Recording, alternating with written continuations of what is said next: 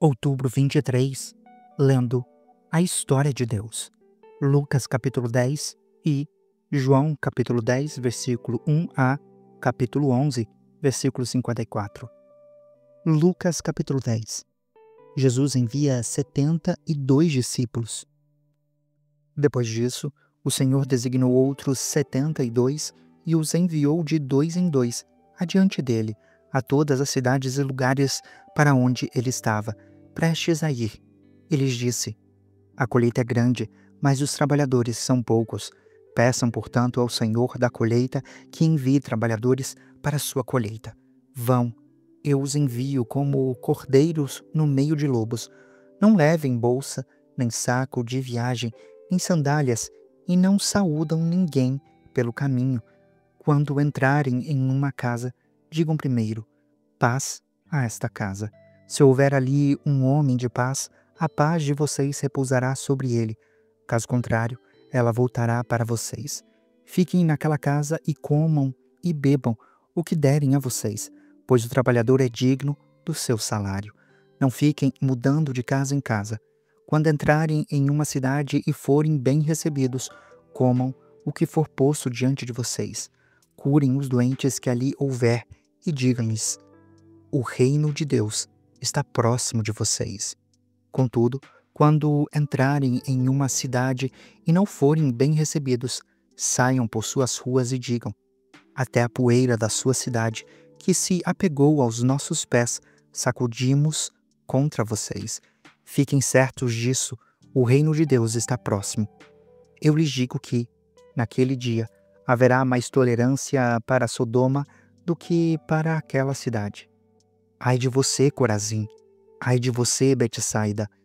Porque se os milagres que foram realizados entre vocês tivessem ocorrido em Tiro e em Sidom, há muito elas teriam se arrependido, sentando em panos de saco e cinza. No juízo, porém, haverá mais tolerância para Tiro e Sidom do que para vocês. E você, Cafarnaum, será elevada até o céu? Não, você descerá até o Hades. Quem dá ouvidos a vocês, dá ouvidos a mim. Quem rejeita vocês, me rejeita, e quem me rejeita, também rejeita quem me enviou.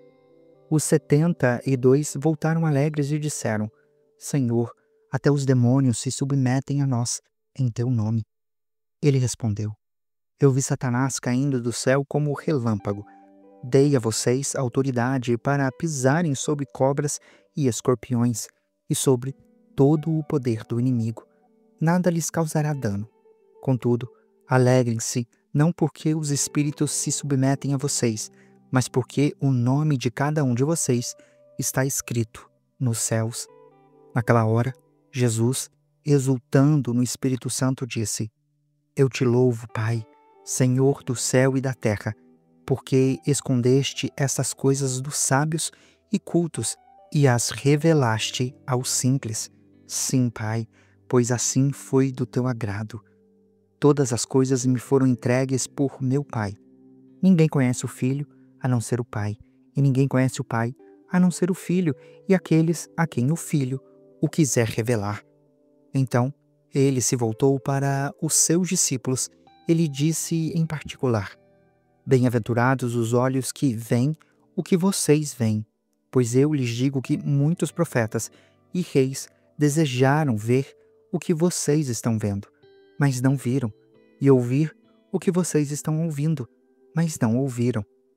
A parábola do bom samaritano. Certa ocasião, um perito na lei levantou-se para pôr Jesus à prova e lhe perguntou: Mestre, que farei para herdar a vida eterna? O que está escrito na lei, respondeu Jesus. Como você a interpreta? Ele respondeu: ame ao Senhor, o seu Deus, com todo o seu coração, com toda a sua alma, com todas as suas forças e com todo o seu entendimento. E ame ao seu próximo como a você mesmo. Jesus disse: você respondeu corretamente. Faça isso e viverá. Ele, porém, porque queria justificar-se, perguntou a Jesus: quem é o meu próximo?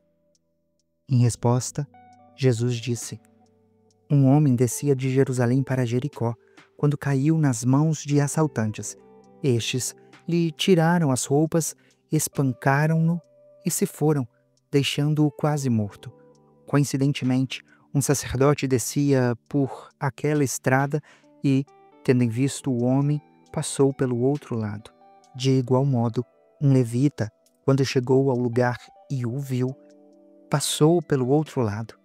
Mas um samaritano, estando de viagem, teve piedade dele. Ele se aproximou e lhe enfaixou as feridas, depois de derramar vinho e óleo nelas. Então, colocou-o sobre o seu próprio animal, levou-o para uma hospedaria e cuidou dele. No dia seguinte, deu 2 denários ao hospedeiro e lhe disse: cuide dele. Quando eu voltar, pagarei todas as despesas que você tiver a mais. Qual destes 3 você acha que foi o próximo do homem que caiu nas mãos dos assaltantes? Aquele que teve misericórdia dele, respondeu o perito na lei. Jesus lhe disse: vá e faça o mesmo. Na casa de Marta e Maria. Caminhando Jesus e os seus discípulos chegaram a um povoado onde certa mulher chamada Marta o recebeu na sua casa. Maria, a sua irmã, ficou sentada aos pés do Senhor, ouvindo o que ele dizia. Marta, porém, estava ocupada com muito serviço. Então, aproximando-se dele, perguntou: Senhor, não te importas que a minha irmã tenha me deixado sozinha com o serviço? Diz a ela que me ajude. O Senhor respondeu: Marta, Marta, você está preocupada e inquieta com muitas coisas. Contudo, apenas uma é necessária. Maria escolheu a boa parte, e esta não lhe será tirada. João capítulo 10. Jesus, o bom pastor. Em verdade lhes digo que aquele que não entra no aprisco das ovelhas pela porta, mas sobe por outro lugar, é ladrão e assaltante. Aquele que entra pela porta é o pastor das ovelhas. O porteiro abre-lhe a porta, e as ovelhas ouvem a sua voz. Ele chama as suas ovelhas pelo nome e as leva para fora. Depois de conduzir para fora todas as suas ovelhas, vai adiante delas, e estas o seguem, porque conhecem a sua voz. Elas, porém, nunca seguirão um estranho. Na verdade, fugirão dele, porque não conhecem a voz de estranhos. Jesus usou essa comparação, mas eles não compreenderam o que lhes estava falando. Então, Jesus afirmou de novo: Em verdade lhes digo que eu sou a porta das ovelhas. Todos os que vierem antes de mim eram ladrões e assaltantes, mas as ovelhas não os ouviram. Eu sou a porta. Quem entra por mim será salvo. Entrará, sairá e encontrará passagem. O ladrão vem apenas para roubar, matar e destruir. Eu vim para que tenham vida e a tenham plenamente. Eu sou o bom pastor. O bom pastor dá a sua vida para ovelhas. O assalariado não é o pastor a quem as ovelhas pertencem. Assim, quando vê que o lobo se aproxima, abandona as ovelhas e foge. Então, o lobo ataca as ovelhas e as dispersa. Ele foge porque é assalariado e não se importa com as ovelhas. Eu sou o bom pastor. Conheço as minhas ovelhas e elas me conhecem, assim como o Pai me conhece e eu o conheço. Eu dou a minha vida pelas ovelhas. Tenho outras ovelhas que não são deste aprisco. É necessário que eu as conduza também.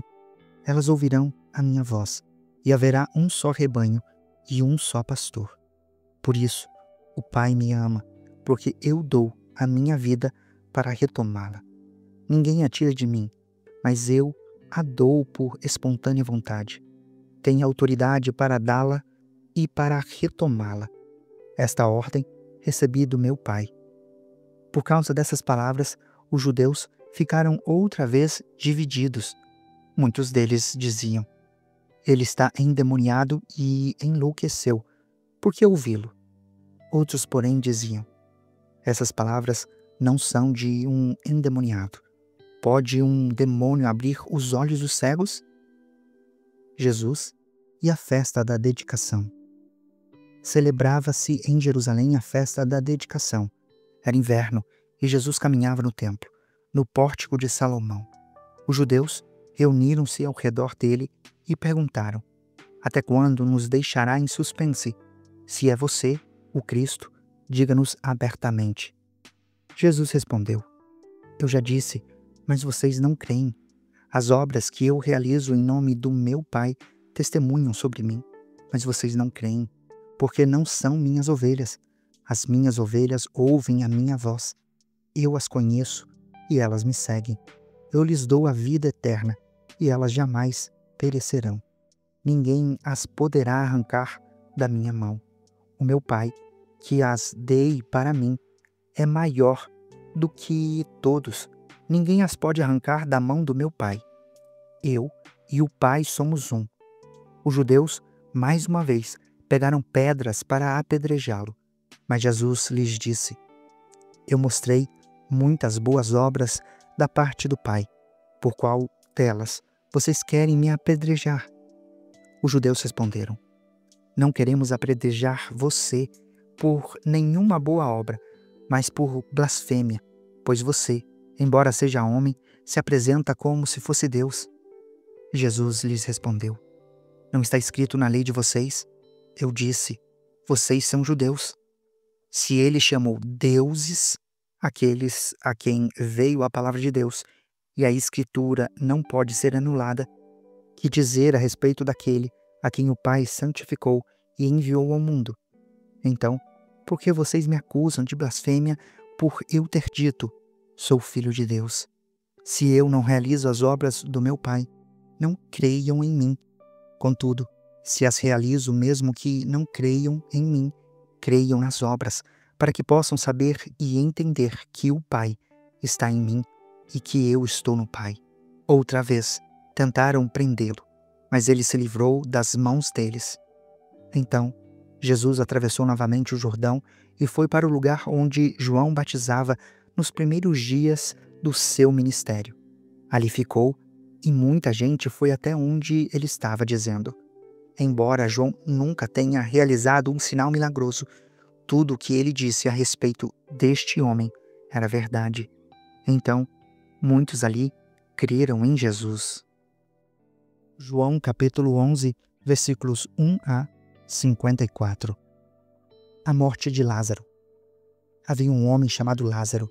Ele era de Betânia, do povoado de Maria e de Marta, a sua irmã. Aconteceu que Lázaro ficou doente. Maria, a irmã dele, era a mesma que derramara perfume sobre o Senhor e lhe enxugara os pés com os cabelos. Então, as irmãs de Lázaro mandaram dizer a Jesus: Senhor, aquele a quem amas está doente. Ao ouvir isso, Jesus disse: essa doença não acabará em morte. É para a glória de Deus, para que o Filho de Deus seja glorificado por meio dela.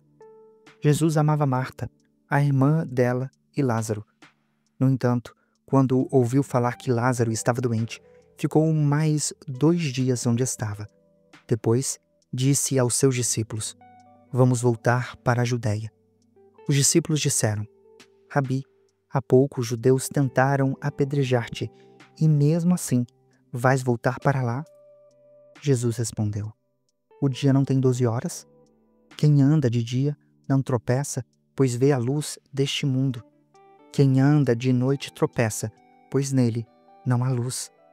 Depois de dizer isso, prosseguiu dizendo-lhes: nosso amigo Lázaro adormeceu, mas vou até lá para acordá-lo. Os seus discípulos responderam: Senhor, se ele dorme, vai melhorar. Jesus se referia à morte de Lázaro, mas os seus discípulos pensaram que ele estava falando simplesmente do sono. Por isso, lhes disse claramente: Lázaro morreu, e para o bem de vocês estou contente por não ter estado lá, para que vocês creiam. Contudo, vamos até ele. Então Tomé, chamado Dídimo, disse aos outros discípulos: vamos também para morrer com ele. Jesus conforta as irmãs de Lázaro. Ao chegar, Jesus soube que Lázaro já estava no sepulcro havia 4 dias.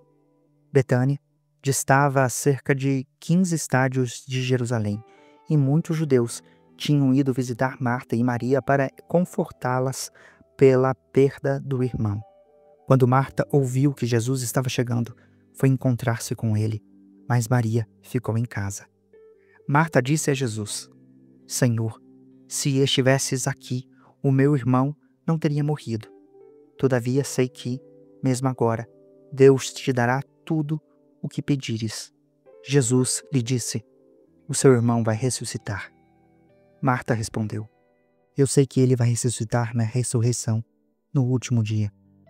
Jesus lhe disse: Eu sou a ressurreição e a vida. Aquele que crê em mim, ainda que morra, viverá.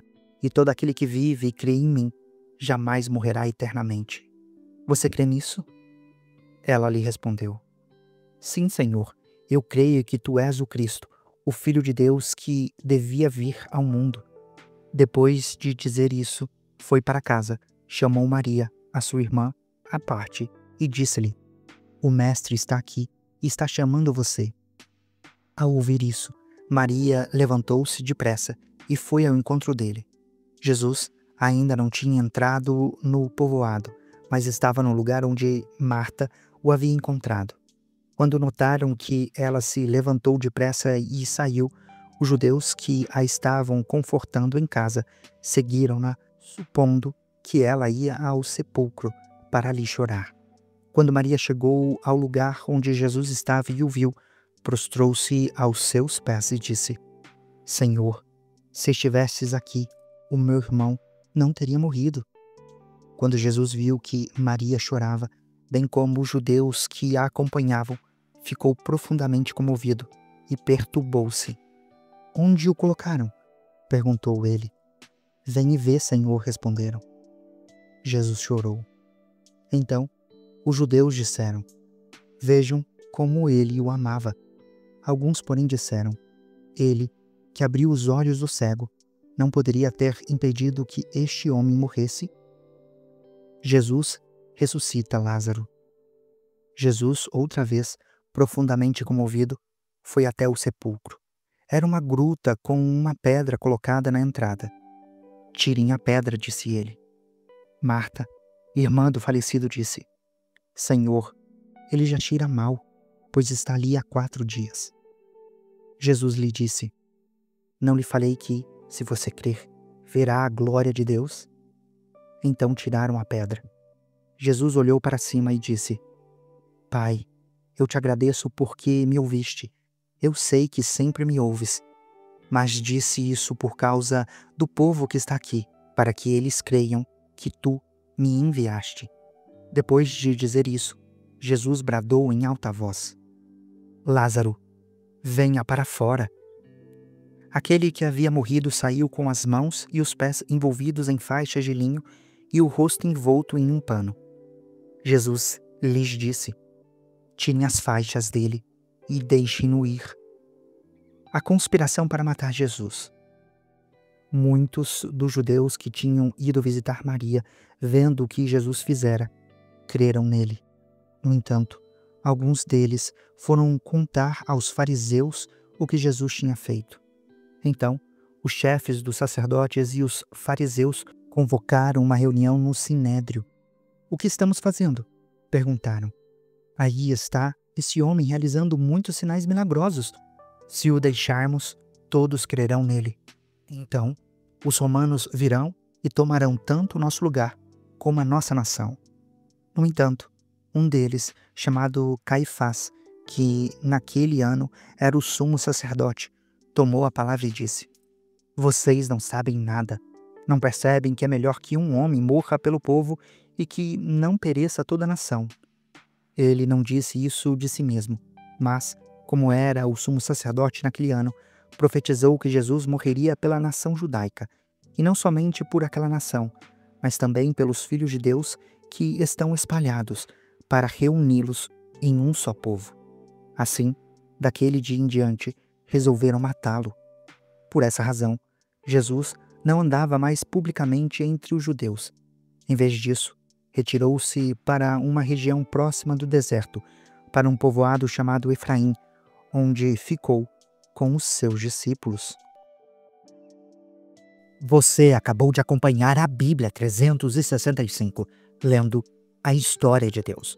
Se você quer acompanhar com outra versão bíblica, registrar a sua leitura, dar sugestões, participar de nosso grupo no WhatsApp, ou até mesmo fazer pedidos de oração, acesse sempre www.abiblia365.com.br e lembre-se sempre, em leituras diárias, confortaremos e fortaleceremos a nossa fé.